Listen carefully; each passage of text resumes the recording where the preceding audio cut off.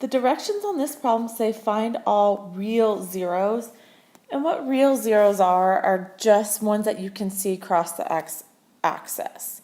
So if it says find all zeros, that means you're going to have all the ones that cross the x-axis, plus you could have imaginary numbers that you won't see. So real zeros, a couple ways you can do this. Plug this in your calculator and figure out every single place it crosses the x-axis. Those are your solutions.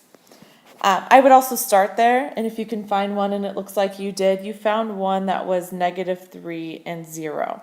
So what I'm going to do is a method which I like best is called synthetic division. I'm going to take the coefficients 1, 4, 1, and -6, and I'm going to take out that first 0, which is -3. So what I'm doing is I'm dividing that factor out, so I go from 3 zeros and I can bring it down to 2. Here's how we do synthetic division. Bring down the first one.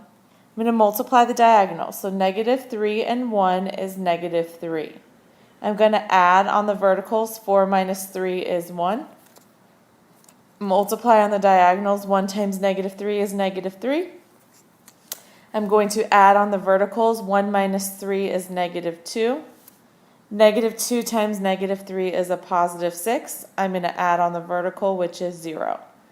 As soon as I get 0 there, I have just proven that this right here is a real solution. So if the remainder is 0, then the number we divided out is a real solution. So what do I have right now? If this is a third degree, which I started with, then what I have right here is 1 degree less.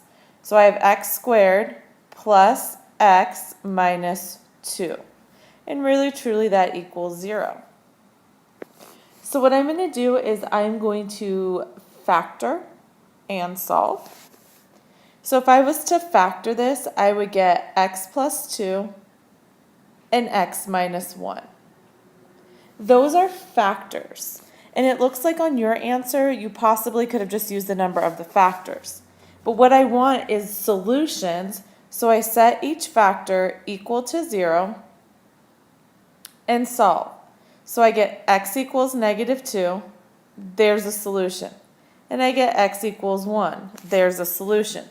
So if I write those as points, I would also add -2, 0 and add 1, 0, and these are my 3 real solutions.